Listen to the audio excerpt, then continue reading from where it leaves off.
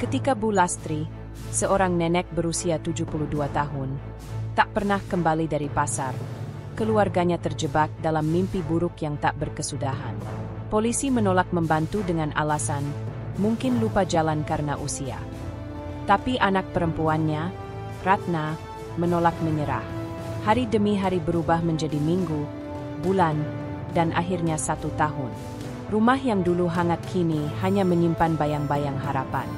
Hingga seorang polisi muda bernama Riko menemukan arsip aneh. Seorang perempuan tua tanpa identitas ditahan dalam razia narkoba, tak pernah dikunjungi, tak pernah dibebaskan. Siapa perempuan itu? Dan mengapa selama ini ia diam di balik jeruji, tanpa nama, tanpa pembelaan, tanpa keadilan? Perjalanan mencari Bu Lastri berubah menjadi perjuangan mengungkap bobroknya sistem hukum, menguji batas cinta keluarga, dan menampar nurani siapapun yang percaya bahwa yang tua pasti tak berdaya. Sebuah kisah pilu tentang kehilangan, harapan, dan keberanian untuk melawan ketidakadilan, yang akan membuatmu bertanya, jika nenekmu yang hilang, apakah kamu akan terus mencarinya?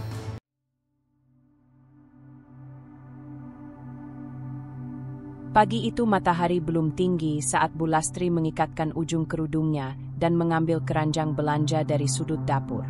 Aroma teh melati yang baru saja diseduh masih mengepul di meja, belum sempat disentuh. Ia mengendap pelan keluar dari rumah, tak ingin membangunkan cucunya, Nina, yang masih terlelap di kamar sebelah. Hari itu Kamis, dan seperti biasa, ia akan pergi ke pasar gede, pasar tradisional yang terletak sekitar 15 menit berjalan kaki dari rumahnya di kawasan Cempaka, Bandar Seruni. Pasar itu bukan hanya tempat membeli sayur, bagi Bu Lastri, itu juga tempat bersosialisasi, menyapa tukang tahu langganan, mendengar kabar terbaru dari penjual bumbu, atau sekadar duduk sebentar di warung kopi belakang pasar sambil menikmati gorengan panas. "Bu, nanti saya yang ke pasar aja," kata Damar malam sebelumnya. Tapi Bu Lastri hanya tersenyum dan berkata, "Kalau kaki ini masih kuat, biar ibu jalan. Nanti kamu tinggal tidur, ya?" Ia tahu, keluarga sering cemas. Tapi di usia 72 tahun, ia masih merasa cukup kuat untuk urusan sederhana semacam itu. Pukul 6.05, Bu Lastri menyeberangi jalan kecil di depan rumah. Kerudungnya berkibar pelan tertiup angin pagi. Tetangga sebelah, Pak Rahmat, sempat melihatnya dan melambai. "Mau ke pasar, Bu?" teriaknya dari teras. Bu Lastri hanya tersenyum sambil mengangguk. Jam menunjukkan pukul 8.30 saat Ratna keluar dari kamar. Rambut masih basah, handuk disampirkan di bahu. Ia memanggil ibunya, "Bu, tadi masak sayur lodeh enggak?" Tak ada sahutan. Ia mengendap ke dapur, lalu melihat keranjang rotan yang biasa digunakan Bu Lastri tak ada di tempat. Hatinya tercekat. "Ma, ibu ke pasar ya? Tadi kamu lihat." Damar yang sedang memeriksa email dari ponselnya di ruang tamu menjawab, "Tadi malam ibu bilang mau sendiri. Mungkin belum pulang." Ratna melihat jam dinding. Sudah hampir 3 jam. Biasanya ibu pulang maksimal pukul 7.30. Ia mulai cemas. Ia mencoba menelepon nomor yang biasa dibawa ibunya. Ponsel lama Nokia jadul yang hanya bisa menerima dan menelepon. Tapi kali ini, tak ada nada sambung. Mati. Mungkin baterainya habis, pikir Ratna, walau itu bukan kebiasaan ibunya. Pukul 10.15, Ratna sudah gelisah. Ia meminta Damar menjaga Nina, lalu meluncur ke pasar gede dengan sepeda motornya. Ia menyusuri lorong-lorong pasar, bertanya kepada para pedagang, tukang sayur, penjual ayam, hingga ibu-ibu pembeli. Semuanya memberikan jawaban serupa. "Enggak lihat Bu Lastri hari ini." Ratna merasa dadanya makin sesak. Ia kembali ke rumah dengan tangan gemetar. Damar berusaha menenangkannya, tetapi tatapan mata Nina yang polos dan bertanya-tanya membuat suasana makin tegang. "Aku mimpi tadi malam, Bu Uti hilang di tempat gelap," ucap Nina lirih. Ratna menoleh tajam.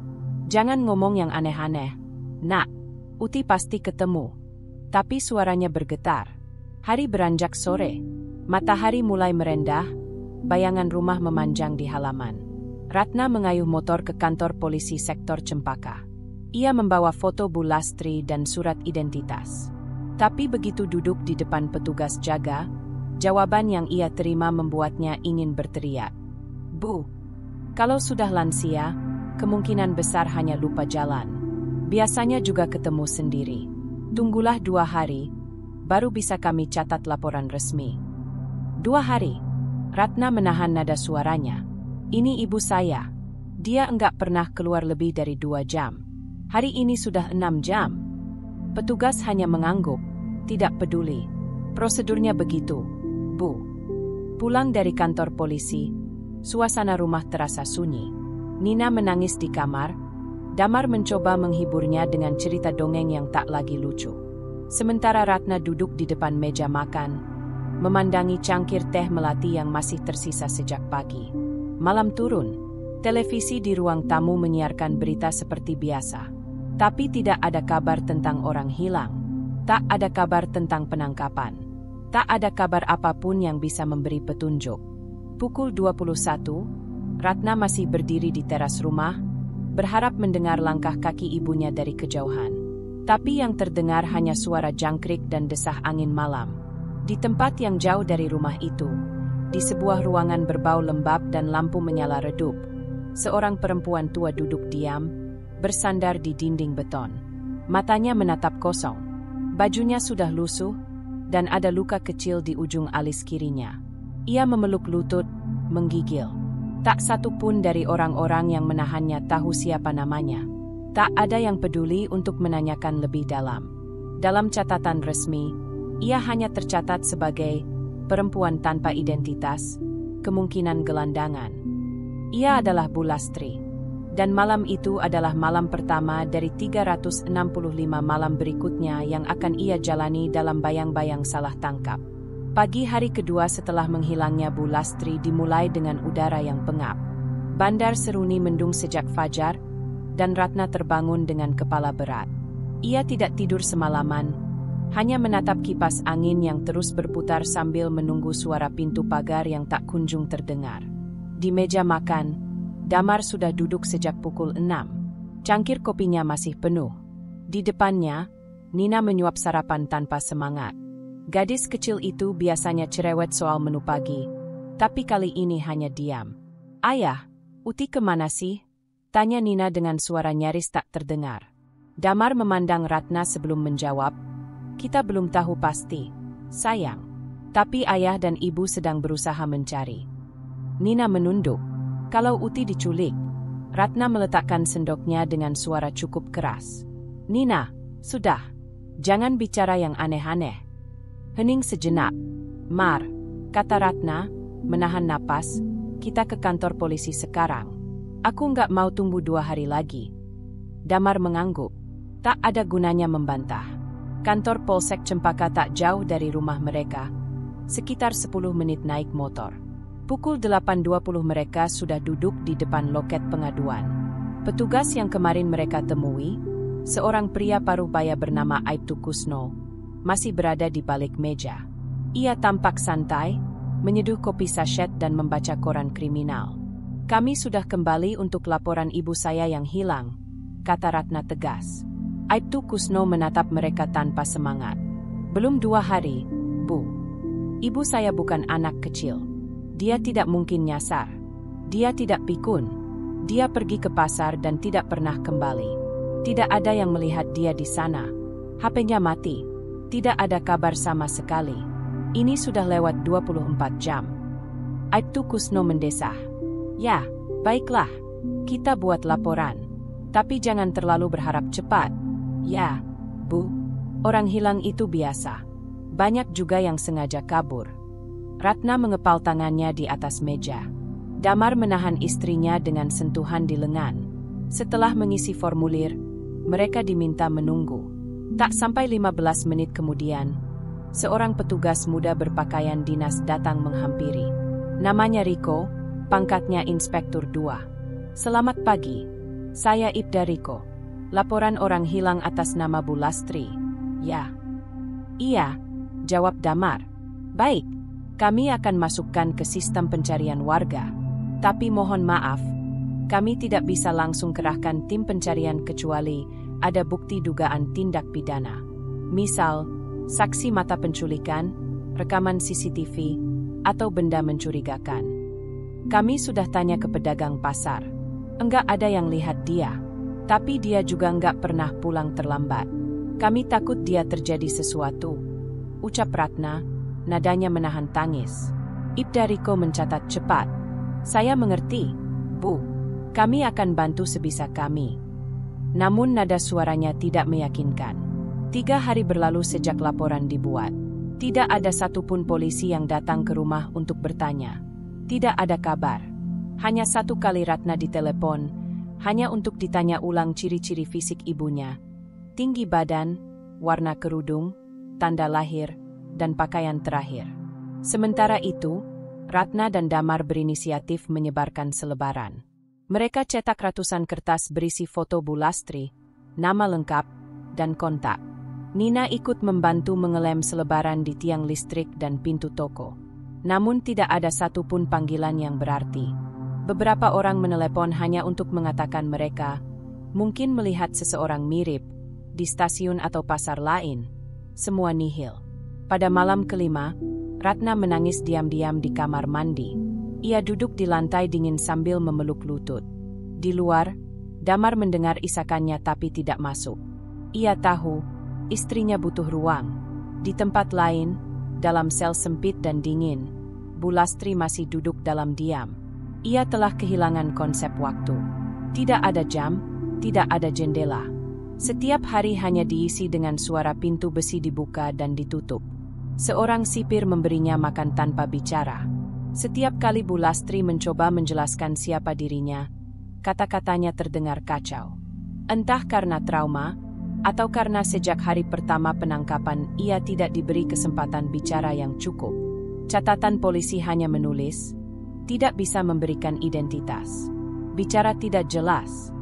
Nama, Bulastri, tidak pernah masuk sistem. Yang tercatat hanyalah perempuan tanpa KTP. Dugaan pemilik paket narkoba tidak terbukti, masih ditahan. Dan karena tidak ada yang menuntut atau menyelidiki lebih lanjut, ia tetap di sana. Tersimpan dalam sistem yang dingin, prosedural, dan penuh kelalaian. Malam ketujuh, Ratna berdiri di dapur memandang kompor yang tidak digunakan sejak seminggu lalu. Ia membuka laci, mengambil foto keluarga yang disimpan dalam map plastik. Salah satunya adalah foto Bulastri, tersenyum sambil menggendong Nina kecil. Ia menatapnya lama, lalu bergumam pelan. Bu, di mana ibu? Angin malam meniup tirai jendela. Di langit, hujan mulai turun pelan. Sementara di kantor polisi, di ruang bawah tanah arsip, sebuah dokumen laporan tahun lalu berdebu dan terlupakan. Di dalamnya ada catatan penangkapan seorang nenek, usia diperkirakan 70-an tahun, tidak membawa identitas, tidak bisa menyebut nama, ditangkap karena berada di lokasi razia narkoba tanpa keterangan jelas. Nama pelapor, Kanit Dodi, dan di pojok laporan itu, tertulis komentar dari petugas jaga malam. Perlu dikonfirmasi ulang, kasus tidak jelas, terlalu bersih untuk pengguna narkoba. Tapi catatan itu tidak pernah ditindaklanjuti. Karena untuk sebagian orang di sistem, seorang nenek tua hanya dianggap sebagai statistik. Bukan seseorang yang dicintai, dirindukan, dan dicari oleh keluarganya. Hari ketujuh sejak Bulastri menghilang datang tanpa kejelasan. Matahari bandar seruni seolah tak berniat menyinari rumah Ratna dan Damar yang kini lebih sering sunyi. Tak ada aroma masakan pagi. Tak ada suara lantunan doa dari kamar Bulastri. Yang ada hanya kekosongan, sepi yang mengendap di tiap sudut rumah. Ratna bangun lebih pagi dari biasanya. Ia tak tidur, hanya tergeletak di kasur dengan mata terbuka, menatap plafon yang mulai berdebu. Ia bangkit, membuat kopi, dan duduk di ruang tamu tanpa kata. Tak lama, Damar menyusul. Mereka duduk dalam diam. Mar, aku mimpi ibu semalam, kata Ratna pelan. Damar menoleh. Ibu duduk di tempat gelap. Dia bilang, Ratna, jangan berhenti cari aku. Damar tak langsung menjawab. Ia tahu mimpi itu bukan sekadar bunga tidur, Itu adalah beban rasa bersalah dan takut yang dipendam istrinya seminggu ini. Ratna meletakkan cangkir, lalu berdiri. Aku nggak bisa cuma duduk nunggu polisi yang enggak jelas. Aku mau cari lagi. Sendiri. Kalau kamu mau ikut, ayo. Kalau enggak, aku jalan sendiri. Damar menarik napas. Tunggu, aku ikut. Hari itu mereka kembali ke pasar, menyusuri setiap lorong dengan lebih teliti. Mereka memperlihatkan foto Bu Lastri kepada setiap pedagang yang mereka temui. Tapi tak ada yang memberi jawaban baru. Maaf, Mbak. Kami biasa lihat beliau. Tapi minggu lalu saya libur. Enggak tahu deh, kata seorang ibu penjual telur. Beberapa menoleh, menyipitkan mata ke foto, lalu menggeleng. Seolah wajah Bu Lastri, yang dulu akrab di pagi hari pasar, kini menjadi wajah asing yang mudah dilupakan.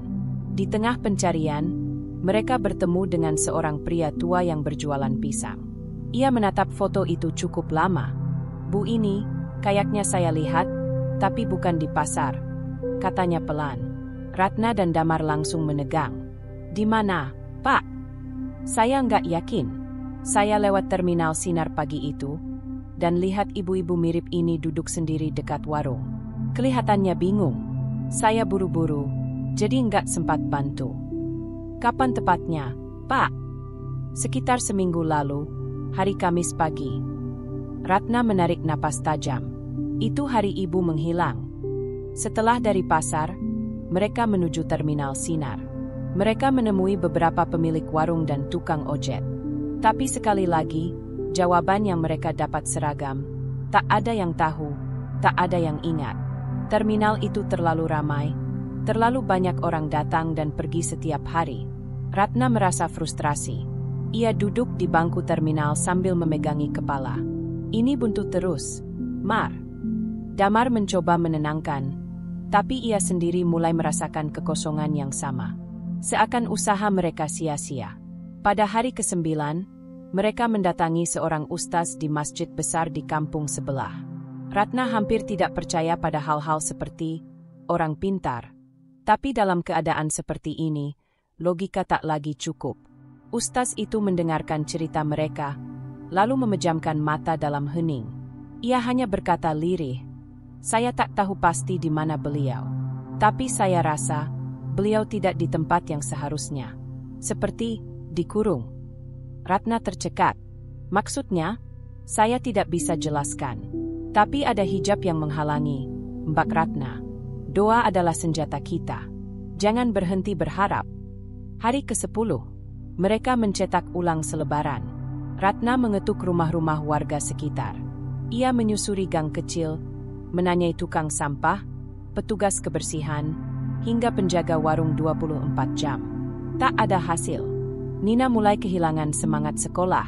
Ia murung, sering melamun di kelas. Guru wali kelas bahkan memanggil Ratna, menanyakan kondisi anaknya. "Ibu, Nina sangat tertutup sejak beberapa hari ini. Kalau perlu waktu di rumah, kami bisa beri izin." Ratna merasa bersalah. Di tengah fokusnya mencari sang ibu, ia lupa bahwa ia sendiri juga seorang ibu. Malam itu, Ratna tidur di kamar Bu Lastri. Ia memeluk sajadah tua milik ibunya, membiarkan air mata mengalir diam-diam. Ia ingat aroma tubuh ibunya, suara lembut saat meninabobokan Nina, doa-doa yang selalu dibisikkan sebelum tidur. Dan kini, semua itu terasa jauh. Sementara itu, di ruang tahanan Mapolres lama yang sudah jarang digunakan, Bu Lastri duduk di sudut sel. Ia sudah mulai bisa bicara lebih jelas, tapi tak ada yang mendengarkan. Ia pernah bilang namanya Lastri, tapi dicatat sebagai Astari. Ia pernah mencoba menyebut, "Anak saya Ratna," tapi dicatat sebagai anaknya bukan warga sekitar. Beberapa petugas mulai muak menangani tahanan tua dan tidak jelas ini. Mereka hanya memberinya makanan, lalu pergi. Ia tidak dianggap berbahaya, jadi tak diawasi ketat. Tapi justru karena itu, ia dilupakan lebih cepat. Di seberang ruang tahanan, seorang petugas muda yang baru pindah tugas, Ibda Riko, melihat data tahanan yang tidak lengkap. Ia tidak tahu, belum tahu, bahwa nama Lastri, yang samar di catatan itu akan menjadi pintu menuju sebuah kesalahan besar.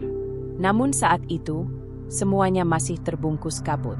Minggu pertama pencarian berakhir dengan kelelahan. Dan dalam hening yang makin pekat, satu-satunya yang Ratna, Damar, dan Nina miliki hanyalah harapan. Harapan bahwa Bulastri masih hidup. Harapan bahwa ia ditemukan sebelum terlambat. Dan harapan bahwa mereka tidak sendirian. Senin pagi di Mapolres Bandar Seruni dimulai seperti biasa, datar, penuh laporan, dan meja-meja berkas yang nyaris tak pernah bersih. Ibda Riko baru 3 bulan ditugaskan di sana setelah dipindahkan dari Polsek Panjang. Ia masih muda, penuh semangat, dan, menurut sebagian rekan kerjanya, sedikit terlalu ingin tahu. Pagi itu, Riko duduk di ruang arsip digital, memeriksa data penahanan tahun lalu. Alasannya sederhana, banyak kasus lama yang masih menggantung, dan dia ingin membersihkan database sebagai bagian dari audit internal. Tugas yang membosankan, tapi baginya, setiap catatan adalah potongan kisah yang bisa berarti. Ia membuka satu folder yang hampir tidak pernah disentuh sejak tahun lalu. Penahanan tanpa identitas, razia narkoba Desember 2023. Di sana, matanya terpaku pada satu entry.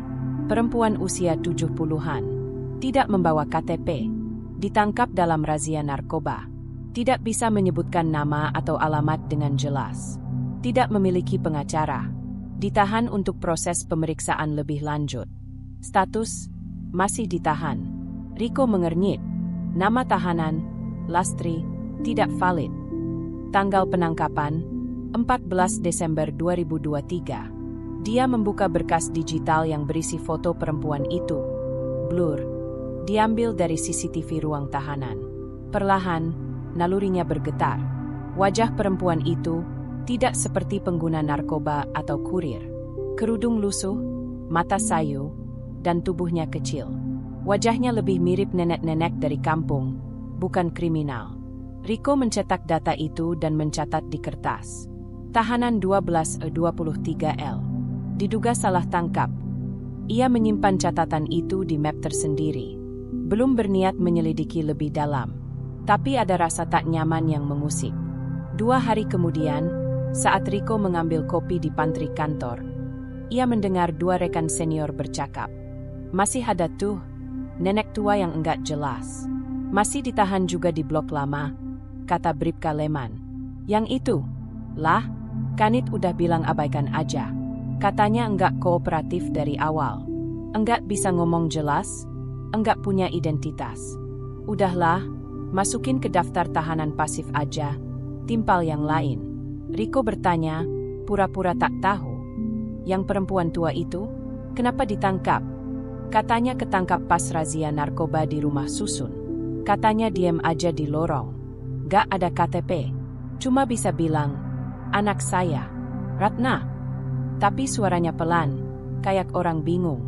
Ya udah, dimasukin aja. Kanit yang bawa tuh. Nama, Ratna, menggema di kepala Riko.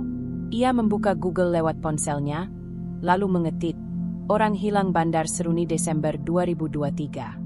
Ia temukan beberapa artikel kecil di blog komunitas warga. Salah satunya memuat foto selebaran. Dicari, Lastri, perempuan 72 tahun, hilang sejak 14 Desember 2023. Terakhir terlihat pergi ke pasar Cempaka. Memakai kerudung biru dan baju batik. Jika menemukan, hubungi Ratna 0821XXXXXX. Riko membandingkan foto itu dengan arsip tahanan blur di komputernya. Wajahnya sama.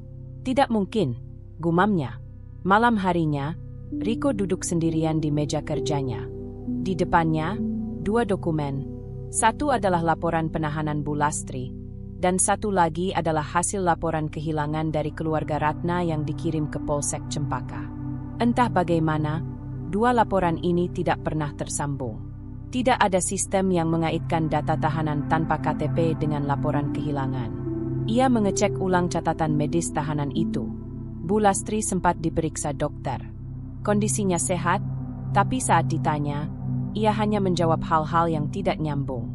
Tertulis di bawah, Kemungkinan trauma psikologis ringan.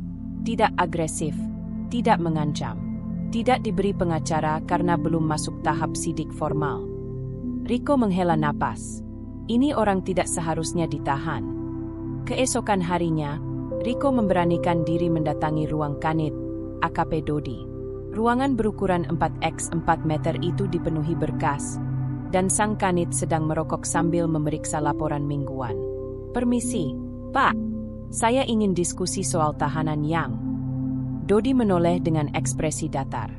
"Yang mana?" "Perempuan tua yang ditahan sejak razia Desember tahun lalu. Lastri, namanya nggak pasti. Saya kira dia korban salah tangkap." Dodi menyipitkan mata. "Itu laporan lama. Sudah saya tanda tangani. Tidak ada yang janggal." "Maaf, Pak. Saya lihat laporan kehilangan warga atas nama yang sama. Mungkin itu nenek yang dicari keluarganya. Bisa jadi ada kekeliruan waktu penangkapan." Dodi meletakkan berkas dan memandangi Riko lekat-lekat. "Riko, kamu baru di sini. Jangan terlalu sibuk cari urusan yang bukan tanggung jawabmu. Fokus saja di unit kamu. Soal tahanan, saya yang urus. Paham?"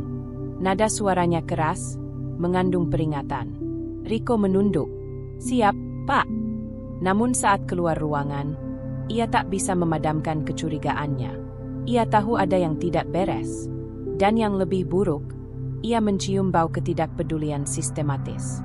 Di rumahnya malam itu, Riko menatap ponsel dengan ragu. Ia ingin menghubungi nomor di selebaran, Ratna. Tapi ia tahu, sekali ia buka jalur komunikasi langsung, ia tidak bisa mundur. Ia membuka foto Bu Lastri sekali lagi. Di mata nenek itu, ia lihat kebingungan, ketakutan, dan kelelahan. Ia menulis pesan, "Selamat malam, Ibu Ratna. Saya Ibda Riko, petugas di Mapolres Bandar Seruni. Saya ingin bicara mengenai laporan kehilangan ibu Anda. Bisa kita bertemu?" Ia tak kirim pesan itu malam itu juga. Ia hanya simpan sebagai draft. Tapi benih perubahan sudah ditanam. Dan kecurigaan itu akan mengubah segalanya. Langit Bandar Seruni mendung pagi itu, seperti menyerap kesedihan yang perlahan menyesakkan dada Ratna.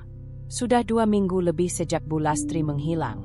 Tak ada jejak, tak ada kabar. Bahkan mimpi pun tak lagi menghadirkan bayangannya. Ratna duduk di ruang tamu rumahnya dengan mata sembab. Damar berdiri di dekat jendela, memandangi jalanan sepi di luar. Nina duduk di lantai, memeluk lututnya sendiri, memainkan potongan baju rajut peninggalan neneknya. Pegangannya satu-satunya untuk merasa dekat dengan sang nenek. "Semua sudah kita coba. Nah," kata Damar perlahan. "Pasar, terminal, rumah sakit, orang pintar, spanduk di mana-mana. Kita sudah habis-habisan." Ratna menoleh dengan mata merah. "Jadi, kita berhenti?" Damar menunduk. "Bukan itu maksudku. Kalau kita berhenti, Mar, artinya kita menyerah. Kita biarkan ibu hilang di luar sana, entah hidup atau mati, tanpa tahu apa yang sebenarnya terjadi. Aku capek." Damar menahan napas, lalu melanjutkan. "Kita berdua juga punya anak." Nina makin murung. "Kerjaanku berantakan. Kamu juga sudah enggak masuk kantor hampir 2 minggu. Karena ibu penting." Ratna menaikkan nada suaranya. "Saya tahu. Tapi kamu juga ibu untuk Nina. Anakmu sendiri mulai kehilangan arah." Ratna berdiri. "Jangan bawa Nina untuk menutupi keputusasaanmu." Nina menoleh perlahan ke arah ibunya. Wajah kecilnya ketakutan. Tangisnya pecah tanpa suara. Damar menatap Nina, lalu menunduk. "Sudah, aku keluar sebentar." Ia mengambil kunci motor dan pergi tanpa pamit lebih jauh. Sepeninggal Damar, Ratna memeluk Nina. Mereka sama-sama menangis dalam diam. Ratna menyesal karena membiarkan amarahnya meluap di depan anaknya. Tapi hatinya remuk. Ia merasa dunia mulai meninggalkan ibunya begitu saja. "Maafkan ibu, sayang," lirih Ratna. "Ibu nggak tahu harus bagaimana lagi. Ibu, nanti kalau Mbah pulang, jangan biarin dia pergi sendirian lagi ya." Suara Nina gemetar. Ratna mengangguk, memeluk Nina makin erat. "Enggak, Nak. Ibu janji. Sore itu, Ratna duduk sendirian di kamar Bu Lastri. Ia membuka lemari lama yang masih rapi. Di dalamnya, tersusun rapi mukena, sarung, dan buku-buku pengajian. Di balik susunan pakaian, ia menemukan sebuah buku doa yang sudah usang. Di dalamnya terselip kertas lusuh berisi catatan tangan Bu Lastri. Kalau aku tak pulang-pulang, jangan lelah mencariku. Karena aku pun tak akan lelah mencintai kalian dari manapun aku berada. Tulisan tangan itu membuat tubuh Ratna lemas. Ia memeluk buku itu dan menangis dalam diam. Keteguhan ibunya terasa begitu hidup di kata-kata itu. Ia merasa bersalah karena sempat mempertimbangkan untuk menyerah, walau hanya sesaat. Ratna tahu, ia harus kuat. Entah bagaimana caranya, ia harus terus mencari. Malam itu, Damar belum juga kembali. Ia duduk di tepi danau kecil di ujung kota, menatap air yang memantulkan lampu kota. Di tangannya, ia menggenggam selebaran hilang yang mulai lusuh. Ia berpikir, apa benar Bu Lastri masih hidup? Apa mungkin beliau nyasar? Atau, lebih buruk, Damar bukan tak peduli. Justru karena ia peduli, ia hancur. Rasa bersalah menghantamnya karena merasa tak mampu menjadi penopang bagi Ratna dan Nina. Dan sebagai menantu, ia merasa gagal menjaga ibu mertuanya. Sebuah suara kecil di kepalanya bertanya, kalau aku yang hilang, apakah mereka akan mencariku sekeras itu juga? Dan malam itu, Damar membuat keputusan. Ia akan tetap mencari, tapi dengan cara yang lebih sistematis. Ia memutuskan untuk menghubungi seorang kenalan lamanya, mantan wartawan lokal yang kini bekerja sebagai relawan pencari orang hilang. Keesokan paginya, Damar dan Ratna duduk bersama. Ada keheningan aneh di antara mereka. Tapi Ratna memulai lebih dulu. Aku minta maaf soal kemarin. Aku juga, jawab Damar cepat. Aku enggak bermaksud menyalahkan kamu. Aku cuma takut, Mar. Takut kita benar-benar kehilangannya. Damar mengangguk. Kita enggak akan berhenti. Tapi mulai sekarang, kita atur strategi. Kita buat timeline hari itu. Kita cari saksi-saksi baru. Aku juga mau tanya teman lamaku yang punya koneksi ke komunitas relawan. Ratna tersenyum untuk pertama kalinya setelah sekian hari. Terima kasih. Kita lanjutkan pencarian ini. Sampai kita tahu kebenarannya. Apapun itu. Sementara itu, di kantor polisi, Ibda Riko akhirnya memutuskan untuk menyimpan salinan berkas Bu Lastri ke dalam flash disk pribadinya. Ia menyadari, ini bisa membuatnya dalam masalah. Tapi ia tak bisa berpaling dari rasa bersalah. Bagaimana bisa seorang nenek ditahan begitu lama tanpa ada yang peduli? Ia kembali membaca draft pesan yang belum ia kirim ke Ratna. Ia ragu, tapi akhirnya, ia tekan tombol, kirim. Selamat malam, Ibu Ratna. Saya Ibda Riko dari Polres Bandar Seruni. Saya ingin membicarakan sesuatu yang mungkin berkaitan dengan laporan kehilangan ibu Anda. Bisakah kita bertemu? Pesan terkirim. Detik itu juga, roda perubahan mulai bergerak. Hari itu tepat 1 tahun sejak Bu Lastri menghilang. Bandar Seruni kembali basah oleh hujan yang turun dari pagi hingga sore. Di rumah kecil Ratna, suasana hening, nyaris beku. Tidak ada lagi selebaran di tembok. Tidak ada suara telepon yang ditunggu-tunggu. Tidak ada langkah tergesa mencari kabar di luar. Di kalender dinding yang sudah mulai kusam, angka 14 Desember diberi lingkaran merah. Tapi tidak ada upacara peringatan. Tidak ada tahlilan. Tidak ada doa bersama. Hanya keheningan dan kelelahan yang menumpuk selama 365 hari. Ratna duduk di meja makan dengan segelas kopi yang tak disentuh. Pandangannya kosong. Rambutnya mulai bercampur uban. Kerut di wajahnya lebih dalam dibanding setahun lalu. Ia tetap bekerja di kantor, tapi tak lagi sama. Kehidupannya berjalan seperti mesin. Bangun, kerja, pulang, tidur. Hanya itu, Damar masuk ke dapur, membawa 2 kantong belanja. Ia tersenyum kecil, tapi tak berkata apa-apa. Ratna hanya menoleh sekilas dan kembali diam. Mereka saling memahami kesedihan masing-masing, tapi tidak bisa lagi menyalurkannya dengan kata-kata. Luka itu sudah terlalu dalam. Aku tadi lihat-lihat berita lokal, kata Damar akhirnya. Enggak ada perkembangan. Memang udah enggak akan ada, balas Ratna lirih. Orang-orang udah lupa. Damar duduk, tapi aku belum. Ratna menoleh pelan, pandangannya melembut, tapi ia tidak menjawab. Sementara itu, Nina kini berusia 13 tahun. Tubuhnya mulai memanjang, wajahnya lebih dewasa, tapi sorot matanya kehilangan cahaya. Ia banyak diam. Di sekolah, ia tetap murid baik, tapi guru-gurunya mulai menyadari bahwa Nina jarang tertawa. Hari itu, Nina pulang sekolah tanpa berkata apa-apa. Ia langsung masuk ke kamar dan mengunci diri. Di dalam, ia membuka kotak kecil yang ia simpan di bawah tempat tidur. Isinya beberapa barang milik Bu Lastri. Sisir kayu, surban tua, dan potongan tas belanja kain.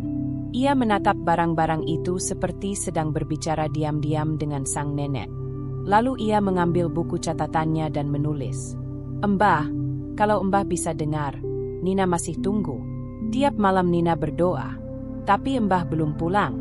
Kalau Mbah ada di tempat gelap, Nina harap Mbah enggak sendirian. Kalau Mbah dengar suara Nina, tolong jawab lewat mimpi.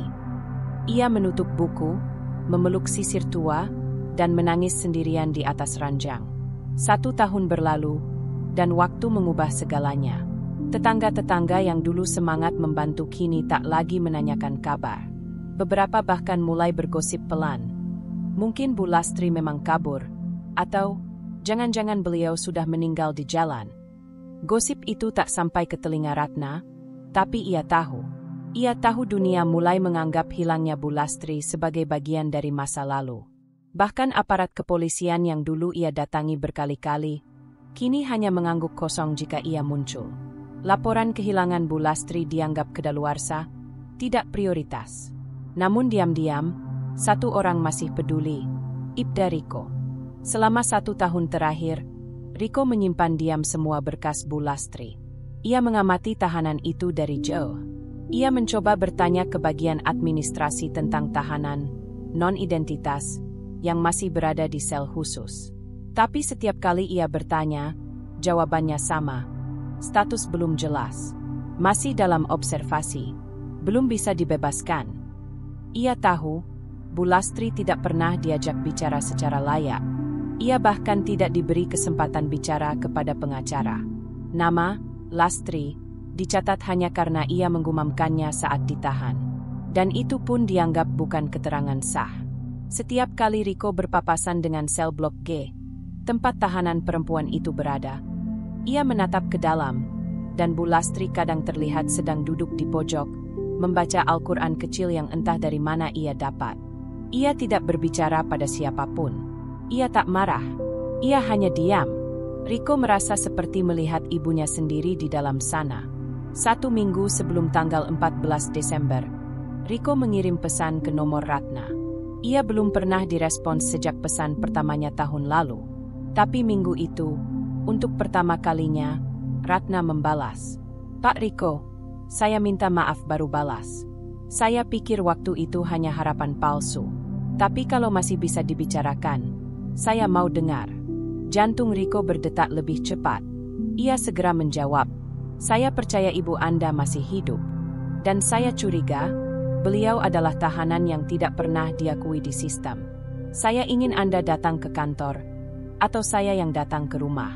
Jawaban Ratna muncul cepat. "Kita bertemu saja. Di rumah saya. Hari Minggu jam 10. Minggu pagi itu, langit mendung seperti setahun sebelumnya. Tapi kali ini, ada sesuatu yang berbeda. Ada harapan." Riko datang dengan rapi, membawa map berisi dokumen fotokopi, dan wajah serius. Ratna menyambut dengan dingin tapi sopan. Damar berdiri di belakang, menjaga sikap. "Ada apa sebenarnya, Pak?" tanya Ratna tanpa basa-basi.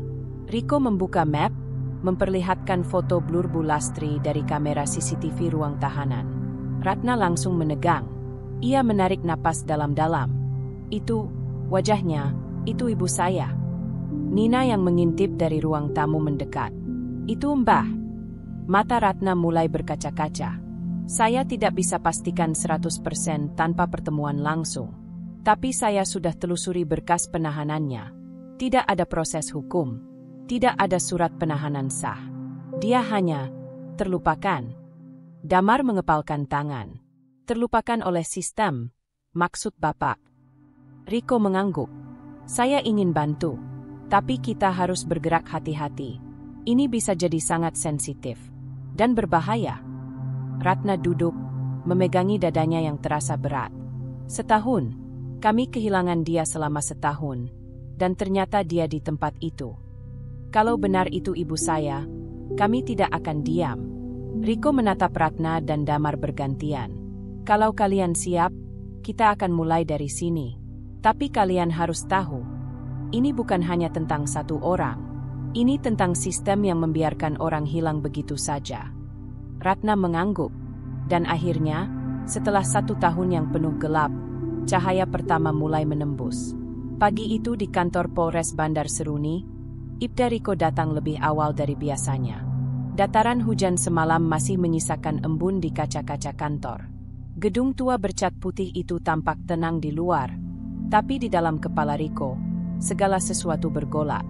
Ia membawa secangkir kopi ke ruang arsip lama, ruang pengap yang lebih sering dihindari oleh anggota muda karena penuh debu dan berkas tak terurus. Riko tahu satu hal, jika benar wanita tua tanpa identitas yang ditahan selama hampir 1 tahun itu adalah Bu Lastri, maka pasti ada jejak administratif yang tertinggal, data yang tak sinkron, berkas yang tak selesai, atau catatan yang dicampakkan. Ia membuka laci-laci tua satu persatu. Tangannya mengusap debu. Arsip diurutkan berdasarkan tahun, lalu kategori, narkotika, kriminalitas, kecelakaan, dan tahanan tak teridentifikasi. Folder itu hanya berisi beberapa map, tak lebih dari 10. Riko menarik satu map bertanggal 19 Desember 2023. Di bagian atas tertulis tangan terburu-buru. Perempuan lansia, ditemukan tanpa identitas, Operasi Gabungan Polsek Timur Unit Narkoba. Ia menelusuri lembar demi lembar. Ada foto seorang perempuan tua saat pertama kali ditangkap, tampak bingung dan ketakutan. Mata yang lelah, kerudungnya kusut, dan ada luka kecil di pelipis kiri. Tak ada nama jelas, hanya tulisan. Menyebut diri, Lastri? Tidak jelas, bicara pelan, terlihat bingung, diduga gangguan ingatan. Tidak ada surat pengantar rumah sakit. Tidak ada berita acara pemeriksaan. Bahkan, tidak ada tanda tangan dari tersangka. Tidak sah secara hukum. Riko mencatat semuanya. Tapi yang membuatnya merinding bukan hanya isi berkas itu, melainkan nama petugas yang menangani proses penangkapan awal. Kanit Dodi, pimpinan lapangan operasi 19 Desember 2023. Kanit Dodi, atasannya sendiri, dikenal sebagai sosok tegas. Terlalu tegas, bahkan kadang dianggap melampaui batas. Riko mengingat jelas operasi gabungan akhir tahun lalu itu. Operasi sapu bersih narkotika di area terminal, tempat banyak orang hilir mudik. Ia sendiri tidak terlibat langsung, karena saat itu ditugaskan ke wilayah selatan. Tapi Dodi dan tim narkoba melakukan penyisiran besar-besaran. Semua yang tampak mencurigakan disapu masuk, termasuk gelandangan, pengamen, dan bahkan ibu-ibu yang dianggap bertingkah aneh. Riko mulai paham, Bu Lastri bukan pelaku. Ia hanyalah korban salah tangkap di hari yang salah, di tempat yang salah. Dan selama 1 tahun, tak ada yang mengkonfirmasi identitasnya. Tak ada yang peduli. Semua mengira ia hanyalah lansia jalanan biasa. Malam harinya, Riko duduk di depan laptopnya, membuat ringkasan laporan sendiri. Ia tahu ini bukan prosedur formal, tapi ia ingin menyusun semua fakta sebelum benar-benar menghadap Ratna dan keluarga. Ia menulis, tahanan perempuan tanpa identitas ditangkap 19 Desember 2023. Tidak ada surat pengantar medis atau pengacara. Tidak pernah diinterogasi secara hukum. Mencurigakan, nama, Lastri, disebut dalam bisikan tapi diabaikan. Kemungkinan besar salah tangkap, tidak ada bukti kriminalitas. Penangkapan dipimpin oleh Kanit Dodi, operasi tidak terdokumentasi lengkap. Ia menyimpan file itu dalam flash disk, lalu menyembunyikannya di dalam laci rumahnya. Ia tahu, jika laporan ini bocor terlalu dini, karirnya bisa tamat. Tapi ia juga tahu, diam adalah pengkhianatan. Sementara itu, Ratna dan Damar mulai bergerak dari sisi mereka. Damar mulai menghubungi komunitas pengacara publik.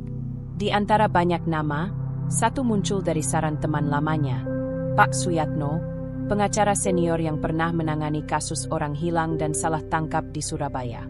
Damar langsung menghubungi. Kami bukan ingin membesar-besarkan, Pak, tapi kami kehilangan ibu mertua selama setahun. Dan ada dugaan beliau ditahan secara tidak sah.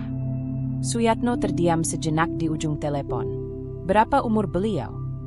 72 tahun. Tidak ada penyakit jiwa. Sehat. Tapi sejak hari itu, tidak ada kabar.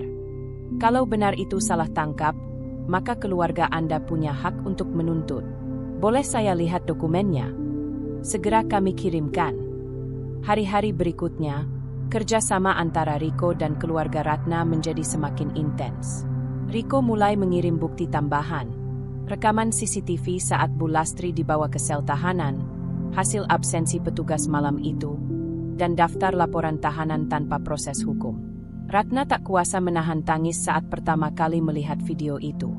Dalam rekaman, ibunya terlihat seperti orang kebingungan yang hanya memeluk tas kain usang. Tas yang kini ada di kamar Nina. Ibu, maafkan aku, bisiknya lirih. Sementara Nina menatap layar itu tanpa kata. Hanya air mata yang mengalir diam-diam. Ia menggenggam tangan ibunya erat. Embah masih hidup. Embah belum pulang karena dikurung. Di akhir bab ini, dua hal menjadi jelas. Data lama yang ditinggalkan dengan sembarangan ternyata menyimpan kunci besar untuk mengungkap kebenaran. Dan sistem yang selama ini menelan manusia seperti Bu Lastri hidup-hidup mulai retak dari dalam. Ibda Riko tahu, jalan mereka masih panjang. Tapi malam itu, saat ia menatap peta kota Bandar Seruni, ia berkata dalam hati, ibu itu harus keluar. Kalau tidak dari sistem, maka dari kebenaran yang kita paksa untuk keluar. Langkah-langkah kecil perubahan tak bisa langsung mengguncang sistem, apalagi sistem sekompleks penegakan hukum. Namun malam itu, Ibda Riko memutuskan satu hal.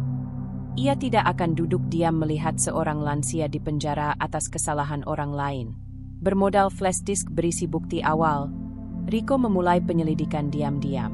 Ia tahu, gerakannya harus halus.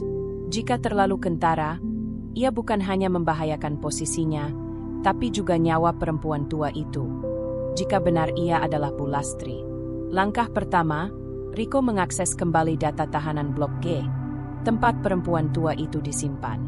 Akses terbatas, tapi sebagai perwira muda, ia masih bisa masuk melalui koneksi antar unit.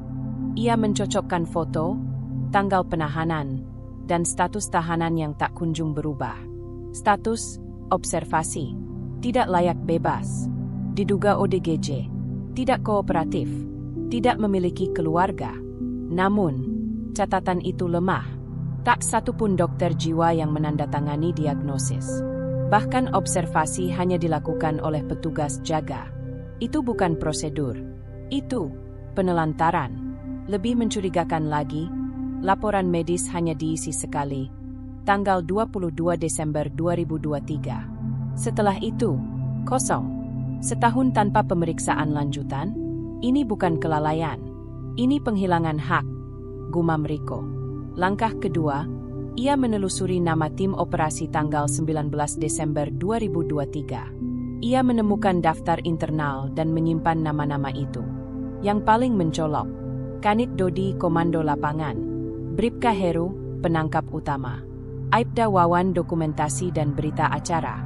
Dari sini, Riko mulai mendekati Bribka Heru, yang dikenal cerewet namun lemah dalam menyimpan rahasia. Suatu sore di kantin belakang kantor, Riko duduk berdua dengannya sambil menyeruput kopi. Her, lu ingat operasi akhir tahun lalu, yang bareng unit narkoba?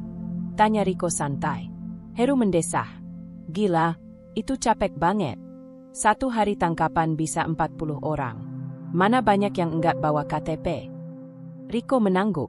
Termasuk yang tua-tua. Ya? Heru tertawa getir. Ada nenek-nenek tuh. Mukanya polos banget. Tapi waktu itu atasan bilang tetap bawa. Katanya bisa buat tekanan ke pengedar. Lu yakin dia beneran nyambung sama kasus? Pancing Riko. Heru menunduk. Enggak juga sih. Tapi Dodi galak.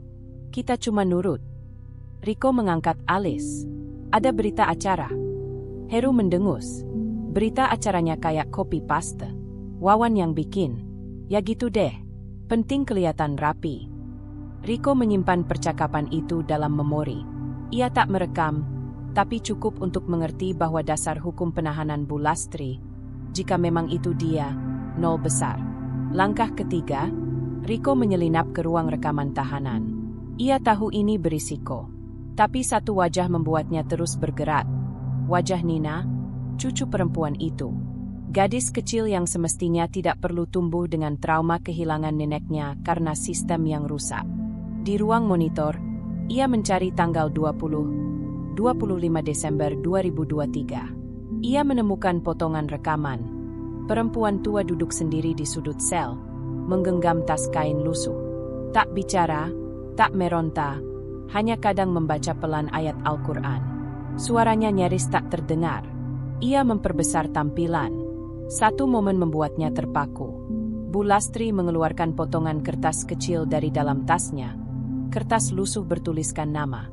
Nina, kelas 6 SMPN 3 Seruni. Riko menarik napas dalam-dalam. Tak ada alasan bagi perempuan tanpa identitas membawa nama anak sekolah, lengkap dengan kelas dan sekolahnya, kecuali itu cucunya. Ia menyimpan tangkapan layar. Di sisi lain, Ratna dan Damar mulai mempersiapkan langkah hukum. Pak Suyatno, pengacara publik yang kini menjadi harapan terakhir mereka, meminta kronologi lengkap. Saya butuh semua, waktu hilang, bukti laporan polisi, saksi, dan terutama, kejanggalan selama pencarian, ucapnya lewat Zoom. Ratna mengirimkan dokumen lengkap, termasuk voice note lama saat ia melapor dan ditolak mentah-mentah. Ibu kamu udah tua, Bu. Mungkin lupa jalan. Kami nggak bisa langsung gerak. Suyatno hanya menggeleng. Ini adalah diskriminasi berbasis usia. Dan kalau ternyata benar Bulastri ditahan tanpa proses hukum, kita akan tuntut. Damar menambahkan, kami juga punya dukungan dari seorang polisi, Ibda Riko. Dia temukan rekaman dan arsip tahanan. Suyatno mengangkat alis.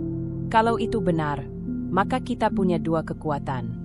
Bukti administrasi, dan moralitas aparat dari dalam. Kembali di kantor polisi, Riko menghadapi situasi yang makin berbahaya. Kanit Dodi mulai curiga. Riko, kamu akhir-akhir ini sering di ruang arsip. Nyari apa? Tanya Dodi dengan tatapan menusuk. Oh, hanya data buat analisis tahanan lanjut usia. Disuruh Kapolsek. Bohong Riko setengah yakin. Dodi menatapnya lama, tapi tak berkata apa-apa. Ia hanya berujar, jangan utak-atik yang enggak penting. Fokus aja ke wilayah kamu. Riko mengangguk, lalu pergi. Tapi langkahnya makin cepat. Ia tahu waktunya tak banyak. Sebelum sistem menutup kembali pintu itu, ia harus membuka jalan. Malam itu, Riko menulis pesan panjang kepada Ratna. Saya yakin 95% bahwa ibu Anda ada di Blok G. Nama tidak tercatat resmi, tapi semua bukti mendukung. Saya akan ajak Anda ke sana, tapi hanya jika Anda siap melihat kondisi yang mungkin membuat Anda hancur. Ratna membalas cepat. Saya sudah hancur sejak hari ibu saya hilang. Tidak ada yang lebih buruk dari kehilangan tanpa jawaban. Bawa saya ke sana, Pak. Bab ini ditutup dengan Riko yang berdiri di depan pintu sel Blok G, menggenggam ID petugas, dan berkata dalam hati, bukan hanya untuk dia, tapi untuk semua yang pernah dikubur oleh sistem dalam diam. Langit Bandar Seruni mendung pagi itu, seakan ikut menyesap tegangnya hari yang akan tiba. Di ruang tamu rumah sederhana milik Ratna dan Damar, suasana diam. Hanya suara detik jam dinding yang terdengar. Ratna duduk memandangi layar ponsel, tangan gemetar. Pesan dari Ibda Riko masih terpampang jelas. Datanglah ke Polres pukul 14. Saya akan dampingi, tapi tolong datang sendiri dulu. Tanpa pengacara, tanpa publikasi. Kita lihat dulu kebenarannya. Ratna membaca ulang pesan itu untuk kelima kalinya. Damar memegang bahunya lembut. Kalau kamu nggak siap, jangan dipaksa sekarang, bisik Damar. Ratna menggeleng. Justru ini, mungkin ini satu-satunya jalan buat tahu yang sebenarnya. Aku sudah hidup setahun dalam ketidakpastian. Lebih baik luka daripada terus bertanya-tanya. Nina, yang duduk di lantai sambil menggambar diam-diam, menoleh. Kalau benar Mbah ada di sana, boleh aku ikut.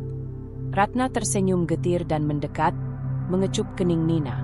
Belum, sayang. Mama harus pastikan dulu. Nanti kalau sudah pasti, kamu yang pertama ketemu Mbah, ya. Nina mengangguk. Di kertas gambar kecilnya, ia sedang menggambar rumah. Ada dua sosok berdiri. Satu anak kecil, satu nenek memakai kerudung, tersenyum di bawah langit cerah. Pukul 13.45, Ratna sudah tiba di halaman Polres Bandar Seruni. Udara terasa lebih berat dari biasanya. Di sana, Ibda Riko sudah menunggunya. Wajahnya tegang namun penuh tekad. Terima kasih sudah datang, Bu Ratna, sapanya. Jadi benar ada seseorang di sini? Tanya Ratna lirih. Saya tidak bisa pastikan 100% sebelum Ibu lihat sendiri. Tapi semua petunjuk mengarah ke satu nama. Seorang perempuan tua yang ditahan sejak Desember tahun lalu. Tak ada identitas. Tak bisa bicara lancar. Tapi, ada sesuatu yang dia bawa. Nanti Ibu lihat sendiri. Langkah mereka menyusuri lorong bagian dalam Polres. Riko membawa akses langsung ke Blok G, bagian tahanan khusus yang seringkali tak tersentuh publik. Ratna memperhatikan tiap langkah, tiap pintu yang dilewati. Setiap langkah terasa lebih berat, seperti membawa seluruh beban setahun terakhir dalam satu tarikan napas. Riko berhenti di depan sebuah pintu besi. Ia berbicara pelan pada petugas jaga.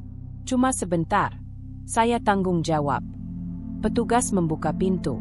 Di dalam, ruang pengap dengan 5 sel kecil berjejer. Di ujung kiri, duduk seorang perempuan tua mengenakan kerudung kelabu, tubuhnya kurus, tatapannya kosong ke arah dinding. Ratna berdiri mematung, lututnya lemas. Bu, ucapnya pelan. Ibu. Perempuan tua itu menoleh perlahan. Pandangannya samar, seperti mencoba mengenali sesuatu yang pernah hilang. Tapi ada sorot dalam matanya yang mulai berubah. Ia berdiri perlahan, matanya membelalak, mulutnya terbuka pelan. Nah, bisiknya, nyaris tak terdengar. Ratna menahan tangis. Ia tak tahan lagi.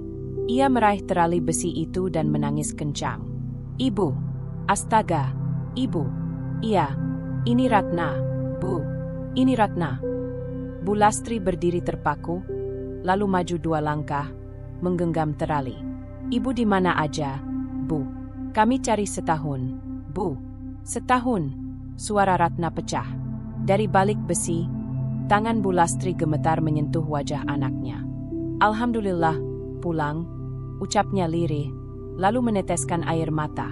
Ibda Riko berdiri beberapa langkah di belakang, menunduk pelan. Ia tahu, saat ini bukan untuknya.